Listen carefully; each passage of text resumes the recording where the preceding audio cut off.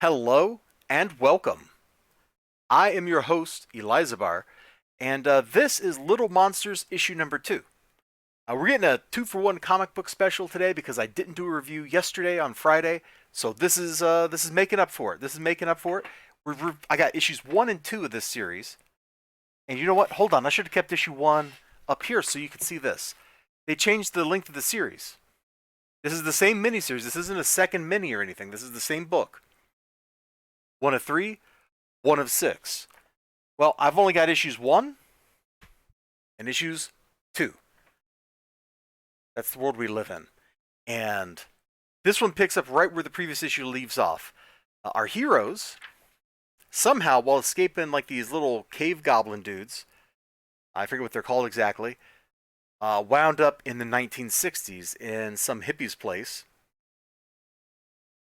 And our heroes, so we got Fred Savage, we got Maurice, and we got whatever these two monsters are named. She's kind of cute. So I guess, you know what? That's something I didn't really pick up on. I guess if girls get trapped in the underworld, they turn into girl monsters too? I don't know. I don't know the rules to this world. I'm learning them as I'm going, man. The monsters are drawn in a really fun way. They look grotesque and kind of cool, but they're not like overly frightening. You know, they're monstrous for kids. Like, I mean, if you saw this dude in real life right here, like you'd be like, "Oh my gosh, where's my gun?" Like that'd be your reaction. If you saw Maurice, you'd be like, "Where's my gun? I need a priest." But in a comic book, they can look okay. So our heroes are running around trying to escape the bad guys. Um, oh yeah, here's a little gag. He got gum on his shoe. He uses it to load up his slingshot as a weapon. He's got this comment, the flavor that lasts and lasts. Ugh, ah. Dude, this isn't Candy Vigilante here, alright? Meanwhile, the bad guy over here, and I'm not even sure who this is, but we got a bad guy, and he's like, yo, send my, like, monster cops or whatever. I guess that's what MP stands for. It's on all their foreheads. They're like RoboCop, man. Send my monster cops down there and get me Brian. You know, stop the kid. And so our heroes are running from the bad guys. The bad guys are running from other bad guys. They interrogate the hippies because our heroes, go back to where we started at, ended up in the 60s in the bedroom of a bunch of hippies. Because in the monster setting here, there's this like underworld and it opens up underneath kids' beds. Isn't that cool? Like I don't know about you. I was never really that scared about what was under my bed, but I know that that's like a pretty common thing. You know, there's the monster under your bed or the monster in the closet or whatever. And Monsters Incorporated really kind of took the whole monster in your closet thing because that's how the monsters would get in to make you scream or whatever so they could harvest the energy and all that. So they had like doors, the doors open up to bedrooms. Here, the doors open up underneath beds. Like you can see them kind of. Oh, that's actually not them popping up from out of the bed. That's them sitting like a dining room table. Hold on, we got one of them popping up out from under the bed. No, that was in the previous book. All right, well, we didn't get to that in the previous book because it was at the end. But they're hanging out with hippies here. They're doing time travel.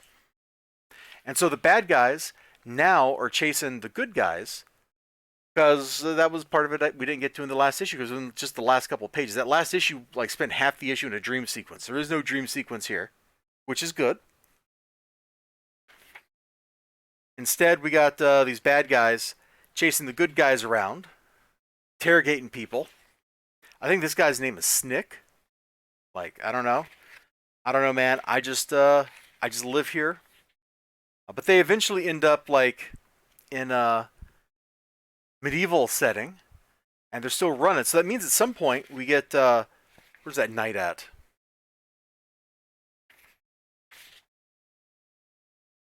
Oh, I'm not gonna find it. There was a shot where a dude on horseback pinged off on. Yeah, here we go. So like, boom. Like, of course, it's very silly. But I gotta say, man, I kind of like the silly. Like, there's some stakes here. They got some big scary bad guy chasing them down. He wants to kill Brian or something like that. You got this mob of little troll dudes who aren't on anybody's side, wanting to kill everybody, chasing our heroes around. They get stuck in a fantasy setting where they have to engage in combat there.